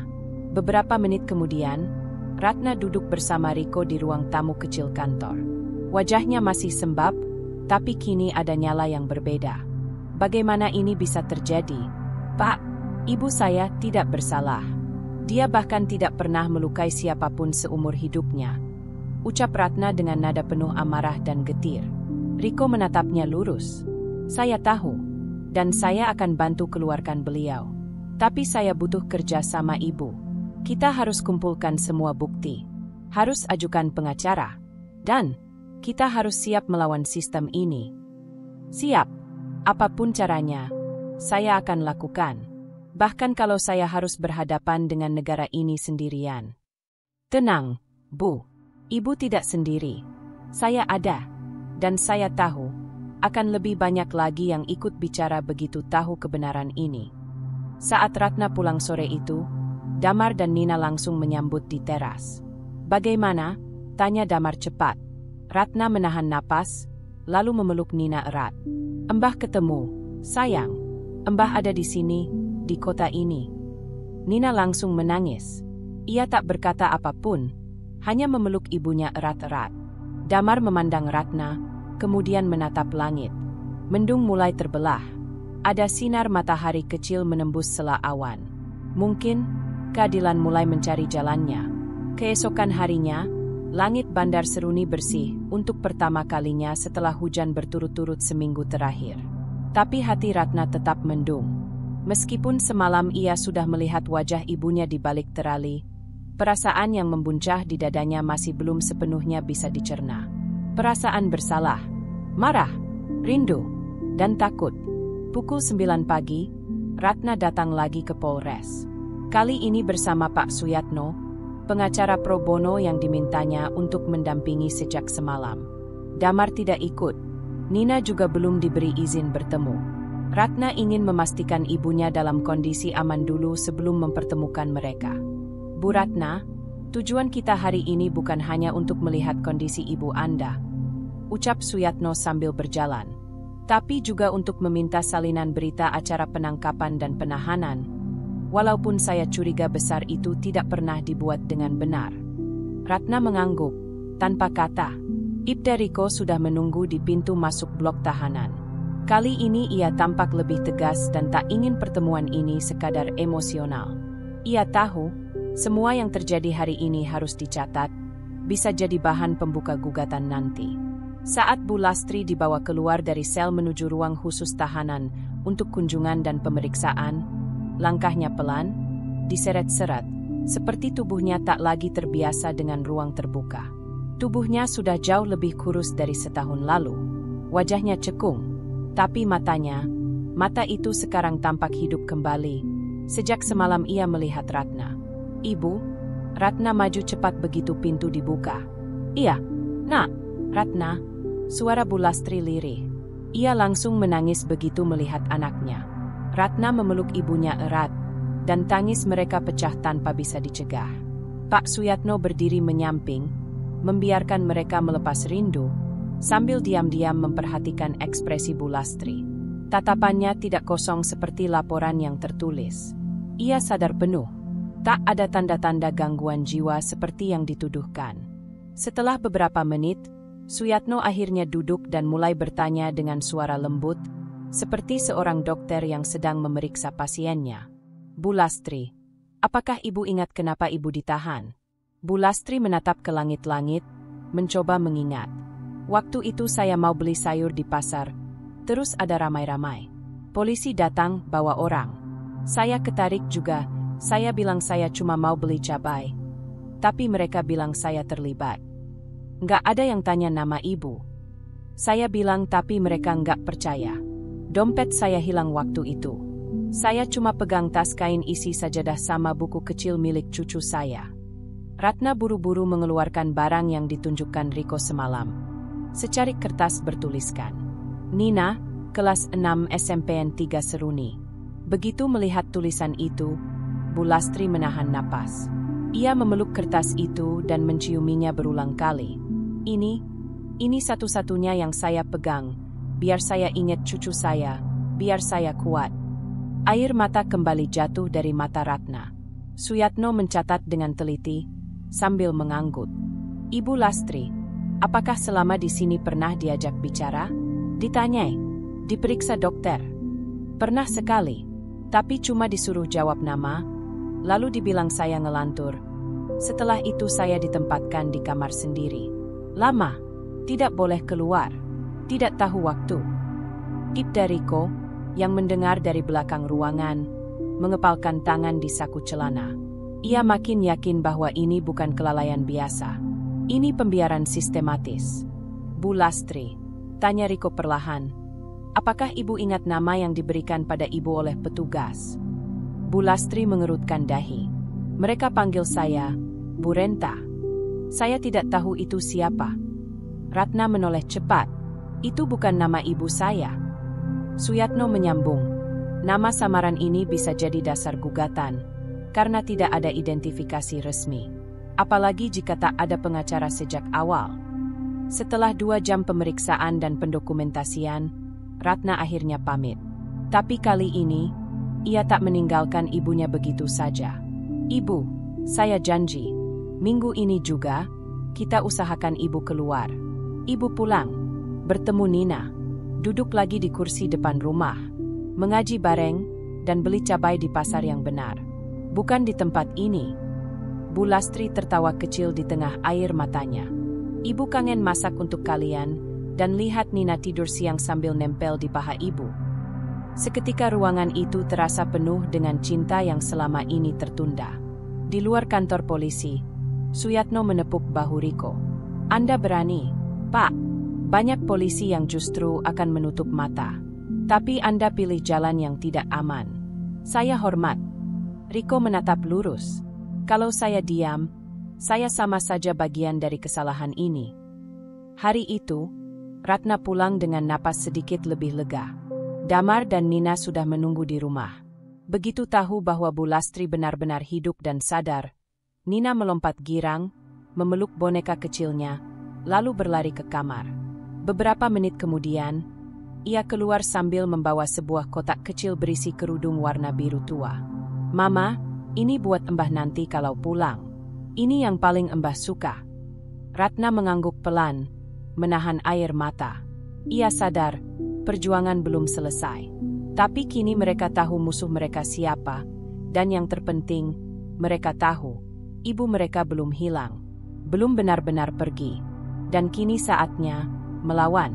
3 hari setelah pertemuan penuh haru di ruang tahanan, suasana rumah Ratna tak lagi sekelam sebelumnya. Senyuman mulai kembali menghiasi wajah Nina, meski tipis. Damar, yang biasanya lebih logis dan tenang, kini tampak lebih sering diam, merenung. Ia tahu, mereka baru memasuki babak baru, bukan lagi pencarian, tapi perlawanan. Pagi itu, Pak Suyatno duduk bersama Ratna dan Damar di ruang tengah. Tumpukan berkas ada di meja. Surat permohonan pembuktian salah tangkap, permintaan berita acara resmi, serta pengajuan pra-peradilan sedang dipersiapkan. Satu hal yang kita butuhkan sekarang adalah saksi, ujar Suyatno sambil memutar pulpen di tangannya. Ada atau tidak ada dokumentasi polisi, kita tetap butuh warga sipil yang melihat kejadian penangkapan Bu Lastri. Itu akan jadi dasar kuat untuk mendobrak dugaan manipulasi. Ratna termenung. Setahun lalu, siapa ya yang ada di pasar pagi itu? Damar menyahut perlahan. Waktu itu kita sempat ngobrol sebentar dengan Bu Yati, tetangga belakang rumah. Dia sempat bilang lihat ibu terakhir di dekat gerobak bakso. Tapi waktu kita tanya lebih jauh, dia diam saja. Ratna menoleh cepat. Benar, Bu Yati. Aku ingat sekarang, dia sempat bilang, Mbak, kayaknya ibumu ikut dibawa polisi pagi itu. Tapi langsung minta maaf dan tutup pintu. Pak Suyatno menatap keduanya tajam. Kalau begitu, saya minta tolong, temui beliau. Tapi perlahan, jangan paksa. Kita butuh dia bersedia bicara secara sukarela. Siang itu, Ratna dan Damar menyusuri gang sempit menuju rumah Bu Yati. Rumahnya kecil, dindingnya sudah mulai mengelupas, tapi bunga di pot gantungnya tumbuh rapi. Pertanda pemiliknya masih menjaga dengan cinta. Mereka mengetuk pelan. Tak lama, Bu Yati membuka pintu. Wajahnya sedikit terkejut melihat keduanya, tapi tak sepenuhnya asing. Bu Ratna, Mas Damar, mau apa ya? Tanyanya hati-hati. Ratna tersenyum pelan. Maaf, Bu. Boleh kami ngobrol sebentar? Di dalam? Bu Yati ragu, tapi akhirnya mengangguk. Mereka duduk di ruang tamu kecil. Damar memperhatikan dinding rumah yang penuh foto-foto keluarga, dan satu foto anak muda berseragam polisi. Ratna memperhatikan itu juga. Itu, anak ibu? Tanya Damar ramah. Iya, Yudi, dinas di Batam sekarang. Jawab Bu Yati pelan. Suasana jadi kaku sejenak, sebelum Ratna akhirnya membuka percakapan. Bu Yati, waktu ibu saya hilang tahun lalu, ibu sempat bilang ke saya, kayaknya ibu ikut dibawa polisi. Saya ingat jelas, tapi setelah itu ibu nggak pernah mau bicara lagi. Kenapa, Bu? Bu Yati menunduk, tangannya gemetar memegang cangkir teh. Maafkan saya, Mbak, saya memang lihat. Saya di warung saat itu. Ibu panjenengan dibawa. Tapi saya takut bicara. Takut kenapa? Bu, desak Damar lembut. Bu Yati menatap mereka penuh beban. Karena yang bawa itu rombongan razia narkoba. Saya lihat, ada yang dipukul. Saya lihat ibu panjenengan ditarik meski sudah bilang, saya cuma mau beli cabai. Tapi yang lebih bikin saya ngeri, saya lihat salah satu petugas ambil sesuatu dari keranjang belanja dan bilang, ini barang buktinya. Padahal itu cuma bungkus plastik. Saya takut kalau saya bicara, nanti saya kena juga. Air mata Ratna jatuh tanpa bisa dibendung. Ia memegang tangan Bu Yati. Bu, saya nggak akan paksa. Tapi sekarang, saya mohon, demi ibu saya, demi keadilan, bisakah ibu bersaksi? Kami sudah punya pengacara. Sudah ada polisi yang mau bantu. Ibu nggak sendirian. Bu Yati diam. Napasnya berat. Ia menoleh ke arah foto anaknya di dinding. Lalu, perlahan, ia mengangguk. Saya takut, tapi saya lebih takut kalau saya diam dan orang baik terus disalahkan. Keesokan harinya, di kantor pengacara Pak Suyatno, Bu Yati memberikan kesaksian tertulis. Ia menjelaskan waktu, lokasi, dan deskripsi peristiwa dengan detail. Termasuk ciri-ciri petugas yang menangkap, kendaraan yang digunakan, hingga letak warung tempat ia melihat kejadian. Semua ditulis rapi, disaksikan notaris. Saya siap bersaksi di pengadilan, ujar Bu Yati dengan suara tegas setelah tanda tangan. Pak Suyatno menatap Ratna. Ini kunci penting, Bu. Kesaksian langsung warga sipil. Sekarang kita tinggal lengkapi data dari kepolisian, yang mudah-mudahan tidak terlalu banyak yang hilang dari berkas. Ibda Riko juga hadir siang itu. Ia memberikan salinan catatan tahanan yang menunjukkan bahwa Bu Lastri dicatat dengan identitas Bu Renta, usia 70, tidak bisa bicara. Ada 2 tanda tangan petugas, salah satunya nama yang tak asing, Kanit Dodi. Riko berkomentar pelan. Saya baru sadar, Pak Dodi memang dulu kepala tim razia khusus. Tapi catatan penangkapan Bu Lastri ini tidak pernah tercantum dalam laporan ke Polres. Dia langsung masuk sel isolasi, seolah-olah bukan tahanan, tapi semacam titipan. Suyatno mengangguk serius. Berarti ini bukan kelalaian. Ini manipulasi, sistematis. Dan kita sekarang tahu siapa aktor utamanya. Ratna mengepalkan tangan. Sudah cukup 1 tahun ibu saya diperlakukan bukan sebagai manusia. Sekarang giliran kami bicara. Di depan hakim. Malam itu, di rumah, Nina duduk di kamar sambil menggambar. Damar lewat dan mengintip. Di kertasnya tergambar sosok nenek tua duduk di kursi. Dan seorang perempuan dewasa berdiri di depannya sambil menunjuk ke arah gedung bertuliskan, pengadilan. Di bawah gambar itu, Nina menulis pelan-pelan. Mbah tidak salah. Kami akan bantu Mbah pulang. Dan untuk pertama kalinya, sejak Bu Lastri menghilang, Nina tertidur sambil tersenyum. Kantor hukum Suyatno Arekan terletak di pinggir jalan besar, tak jauh dari pusat kota Bandar Seruni. Bangunannya sederhana, hanya 1 lantai, dindingnya dipenuhi berkas dan rak buku hukum. Disitulah, di pagi yang cerah itu, Ratna duduk bersebelahan dengan Damar, menghadap pengacara yang selama beberapa hari terakhir menjadi cahaya di tengah gelapnya persoalan mereka. Pak Suyatno membuka map biru di hadapannya dan mulai berbicara dengan nada serius. Berdasarkan keterangan Ibu Yati, catatan tahanan dari Ibda Riko, dan pengakuan Bu Lastri yang konsisten, kita punya cukup dasar untuk mengajukan pra-peradilan atas dugaan salah tangkap dan penahanan tanpa prosedur hukum. Ini kasus serius. Ratna mengangguk. Jadi, apa langkah kita selanjutnya, Pak? Suyatno menjelaskan dengan runut. Pra-peradilan atas nama keluarga Bu Lastri terhadap kepolisian Bandar Seruni atas penahanan tanpa bukti dan identitas jelas. Permintaan pembebasan Bu Lastri dengan alasan cacat prosedur, dan tidak adanya berita acara penangkapan sah. Permohonan pengawalan Lembaga Perlindungan Saksi dan Korban, LPSK, untuk Bu Yati agar ia aman sebagai saksi. Pelaporan ke Komisi Kepolisian Nasional, Kompolnas, dan Ombudsman jika dalam proses sidang ditemukan pelanggaran etika dan sistemik. Damar menimpali. Apakah ini akan lama? Pak, maksud saya, sampai ibu bisa bebas. Suyatno menarik napas. Kalau semua berjalan lancar, kita bisa desak pembebasan dalam 14 hari ke depan lewat mekanisme pra-peradilan. Tapi jika pihak kepolisian menunda, bisa lebih lama. Kita harus siapkan tekanan publik juga, media, opini masyarakat. Ratna mengangguk mantap. Saya akan bicara ke teman-teman media. Beberapa wartawan masih menyimpan rasa ingin tahu sejak berita ibu dulu sempat viral sebagai nenek hilang misterius.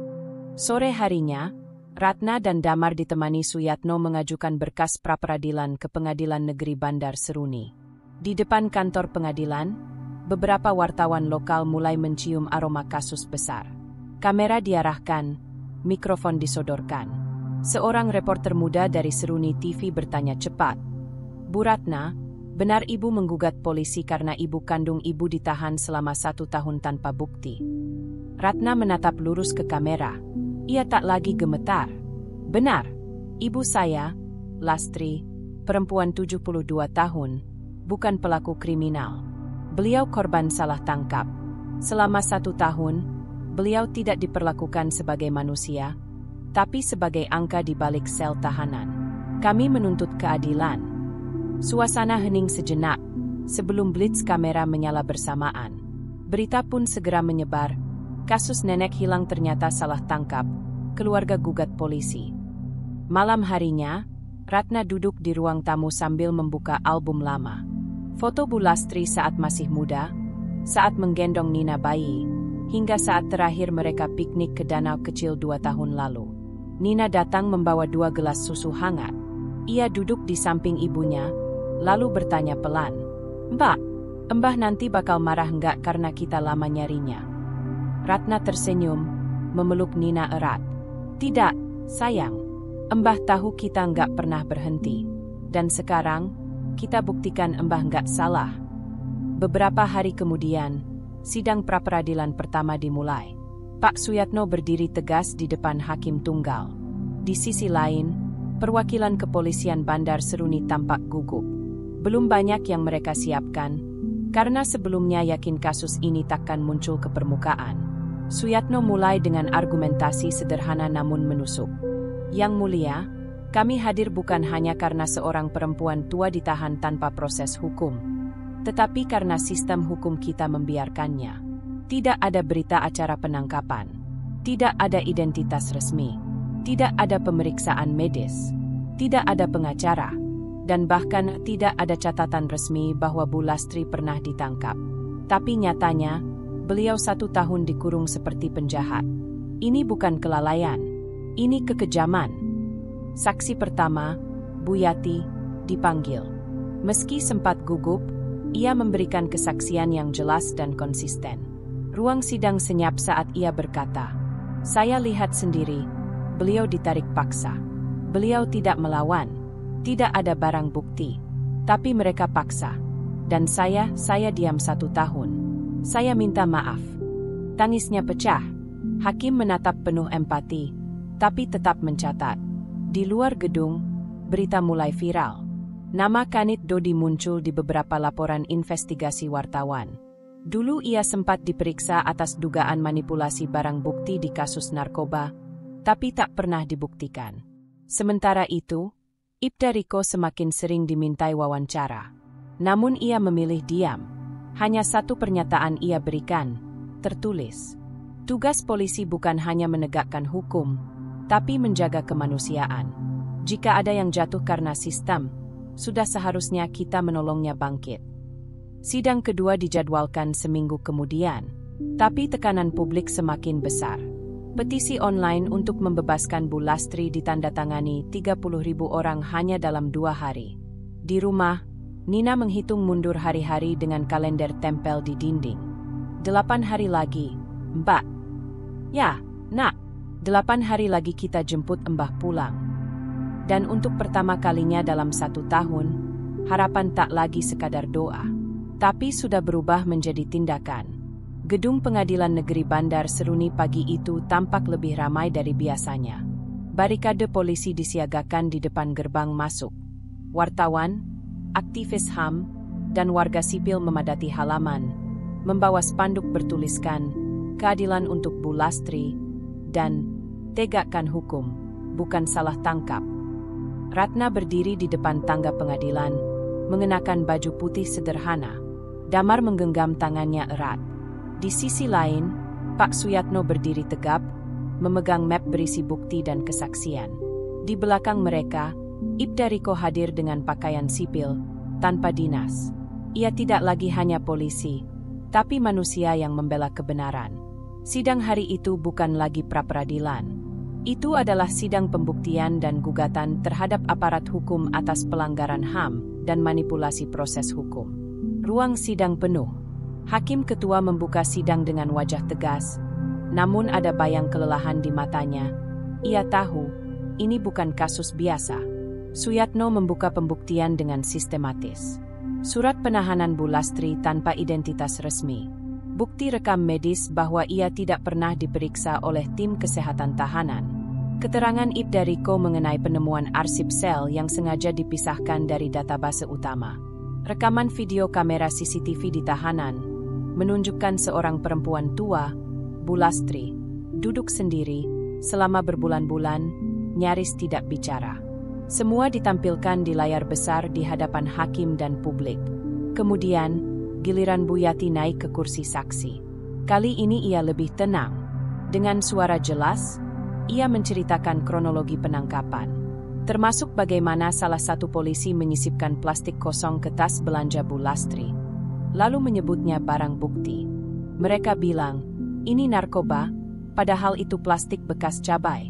Saya lihat sendiri, ujar Bu Yati dengan mata berkaca-kaca.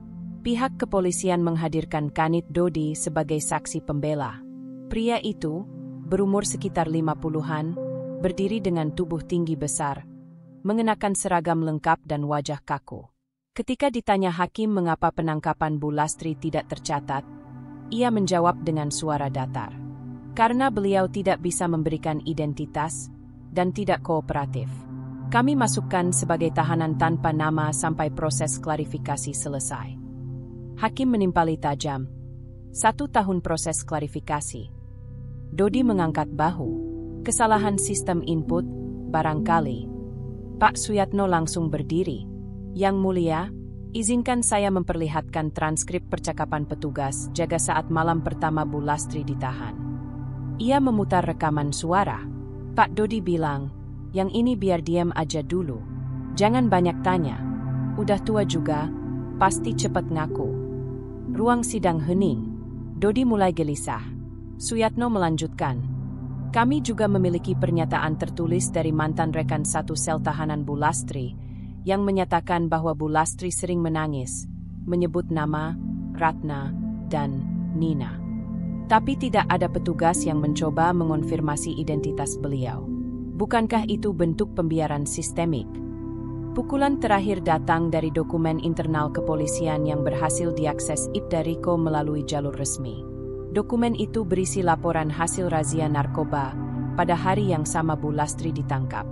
Di sana tercatat, 2 tersangka tertangkap, salah satunya perempuan tanpa identitas, usia diperkirakan 30-an, membawa 5 gram sabu.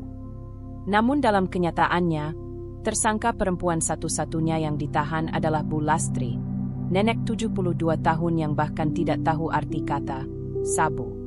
Riko menyerahkan dokumen itu langsung ke hakim.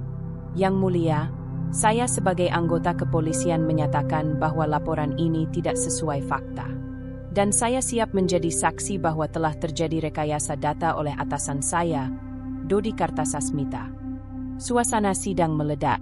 Wartawan segera keluar ruang sidang, berlomba-lomba menyampaikan berita. Skandal salah tangkap yang selama ini tersembunyi mulai menguap. Dodi berdiri dari kursinya. Saya keberatan. Ini pencemaran nama baik. Tapi hakim mengangkat tangan, menghentikannya. Saudara saksi, Anda berada di bawah sumpah. Dan jika terbukti ada manipulasi laporan resmi, Anda bukan hanya kehilangan jabatan, tapi bisa dijerat pidana. Dodi terdiam. Matanya menatap tajam ke arah Riko yang tidak gentar. Usai sidang, di luar gedung, ratusan warga sudah menunggu. Ratna turun dari tangga dengan langkah ringan. Nina berlari kecil menyambut ibunya, memeluk pinggangnya erat. "Ibu menang ya?" Ratna tersenyum. "Belum, sayang. Tapi kita sudah tunjukkan siapa yang benar." Pak Suyatno berdiri di samping mereka, lalu berkata pelan, "3 hari lagi, hakim akan membacakan keputusan. Tapi dengan bukti yang kita miliki, saya percaya Bu Lastri akan bebas. Dan seseorang, mungkin lebih dari 1 orang, akan masuk sel menggantikan tempat yang seharusnya tidak pernah beliau duduki."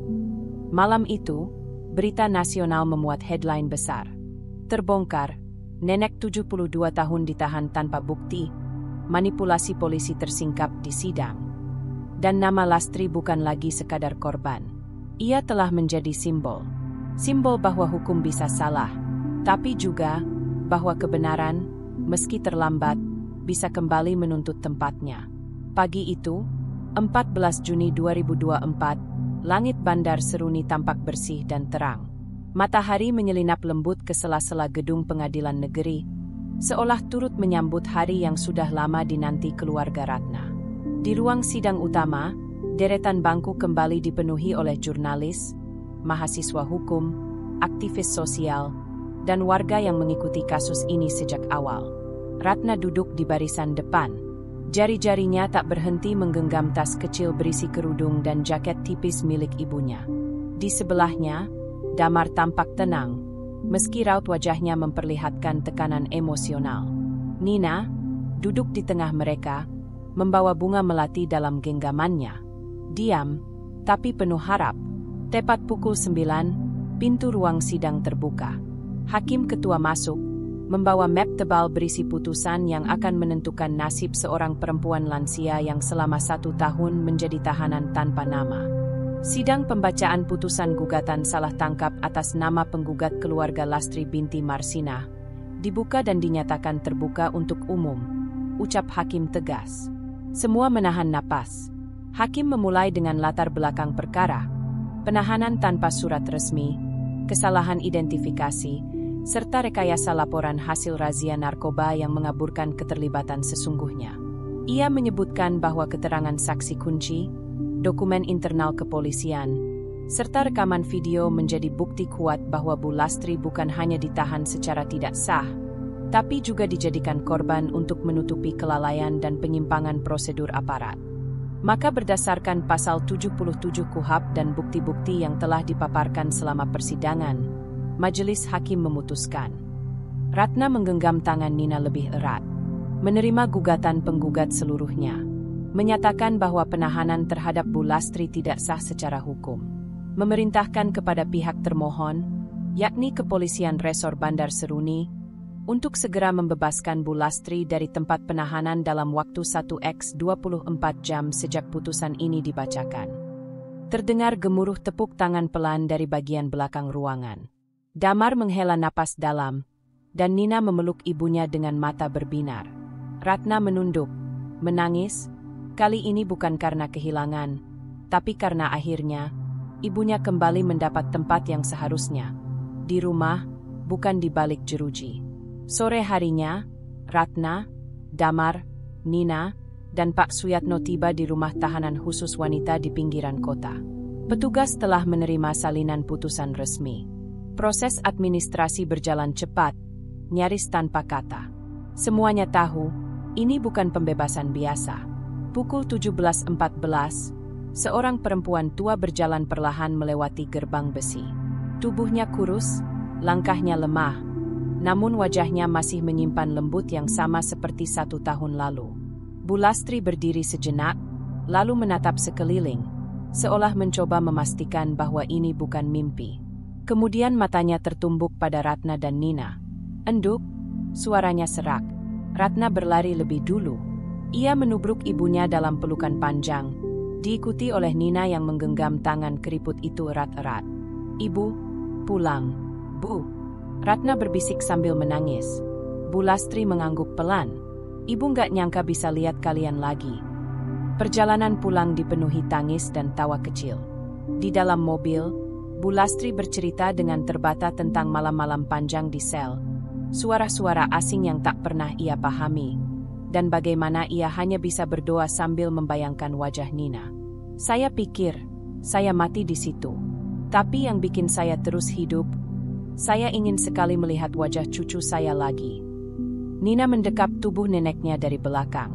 Mbah, aku nunggu terus. Nggak pernah berhenti. Di rumah, suasana seperti lebaran. Tetangga berdatangan, membawa makanan, bunga, dan pelukan. Bahkan Pak RW ikut hadir menyambut Bu Lastri, dengan wajah menyesal. Maaf ya, Bu, kami kira waktu itu panjenengan memang hilang karena usia. Bu Lastri hanya tersenyum. Saya pun pernah berpikir saya tidak akan ditemukan. Tapi keluarga saya kuat. Malam itu, mereka duduk bertiga di beranda. Ratna memotongkan buah, Nina mengipasi pelan tubuh neneknya, sementara Bu Lastri menatap langit penuh bintang. Apa ibu marah karena kami terlambat? Tanya Ratna pelan. Bu Lastri menggeleng. Tidak, kalian tidak pernah berhenti. Itu yang penting. Kemudian ia menarik napas panjang. Yang saya sesalkan cuma satu. Ada banyak orang di dalam sana yang mungkin nasibnya seperti saya. Tapi tak ada anak seperti kamu untuk mencari mereka. Ratna memandang ibunya dalam diam. Kata-kata itu menancap. Pukul 22, sebelum tidur, Nina menyelipkan bunga melati yang ia bawa ke bantal tidur Bu Lastri. Bunga itu sudah sedikit layu, tapi harum lembutnya masih ada. Mbah, ini buat Mbah tidur nyenyak malam ini, katanya manis. Bu Lastri memeluk cucunya. Tangannya gemetar, tapi hatinya kini tenang. Setelah 1 tahun gelap, akhirnya ia bisa memejamkan mata di tempat yang ia tahu, rumah. Dan di luar jendela, angin malam berhembus pelan, seolah dunia juga sedang menghembuskan napas lega bersamanya. Sudah 2 minggu sejak Bu Lastri pulang ke rumah. Kehidupan perlahan kembali ke jalurnya. Meja makan yang dulu sepi kini kembali diisi oleh suara doa sebelum makan dan candaan kecil Nina setiap pagi. Ratna kembali bekerja, meskipun masih mengambil cuti seminggu sekali demi menemani ibunya kontrol ke dokter. Damar juga tampak lebih tenang. Namun, di balik semua itu, ada luka yang tidak bisa sembuh hanya karena waktu. Bu Lastri duduk di bangku kayu di teras, mengenakan kerudung tipis dan sweater tua kesayangannya. Tangannya memegang tasbih, tapi jarinya tak bergerak. Ia hanya menatap jalan kecil di depan rumah, kosong. Tatapannya kerap mengembara. Kadang ke pohon mangga tua yang ia tanam dulu, kadang ke kursi kosong di sebelahnya, kadang hanya ke langit. Matanya tidak sedih, tapi tidak juga bahagia. Ia seperti berjalan di antara dua dunia. Dunia yang ia kenal, dan dunia yang telah meninggalkannya sendirian terlalu lama. Nina datang membawa segelas teh hangat. Mbah, minum dulu. Bu Lastri menoleh. Senyum lembut tersungging, tapi tidak penuh. Ia mengangguk pelan, menyeruput teh itu sedikit. Kamu udah belajar buat ulangan? Enduk, tanyanya pelan. Udah, Mbah. Tadi siang dibantu Pak Damar juga. Bagus, jangan males, ya. Nina mengangguk, tapi dalam hatinya, ia tahu, neneknya masih belum benar-benar pulih. Kadang Bu Lastri tiba-tiba menolak bicara selama berjam-jam. Kadang ia terbangun di malam hari, berteriak pelan sambil memegangi dada. Kadang pula ia mengira Nina adalah petugas lapas yang datang membawa makan siang plastik. Di dalam rumah, Ratna berbicara dengan psikolog yang dikirim oleh Lembaga Advokasi Korban Salah Tangkap. Wanita paruh baya itu mendengarkan dengan sabar sambil mencatat. Bu Lastri mengalami trauma jangka panjang. Bukan hanya karena dikurung, tapi karena merasa ditinggalkan. Ada semacam luka eksistensial. Beliau merasa dilupakan oleh dunia, tak terlihat, tak berharga. Ratna menunduk. Tapi kami nggak pernah berhenti nyari, Bu. Saya tahu, tapi luka trauma tidak selalu rasional. Bu Lastri tahu kalian mencarinya, tapi rasa sakit karena sendirian selama berbulan-bulan, itu tetap tertinggal. Ratna mengangguk pelan, matanya mulai berkaca-kaca. Jadi, kami harus bagaimana? Temani, dengarkan, jangan paksa beliau sembuh seperti semula. Bantu beliau berdamai dengan apa yang tersisa. Sementara itu, di kantor kepolisian Bandar Seruni, suasana jauh berbeda. Kanit Dodi resmi diberhentikan dan menghadapi proses pidana internal. Ibda Riko dipindahkan ke divisi Propam atas permintaan sendiri, agar bisa membantu lebih banyak kasus salah prosedur. Meski mendapat tekanan dari rekan-rekannya, ia tetap tenang. Kalau saya diam, Bu Lastri akan tetap di sana. Saya cuma bayar utang saya sebagai manusia, katanya saat diwawancara salah satu media.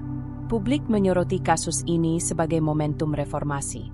Komnas HAM memasukkan nama Bu Lastri sebagai contoh nyata bagaimana sistem hukum bisa melukai jika dibiarkan tanpa pengawasan.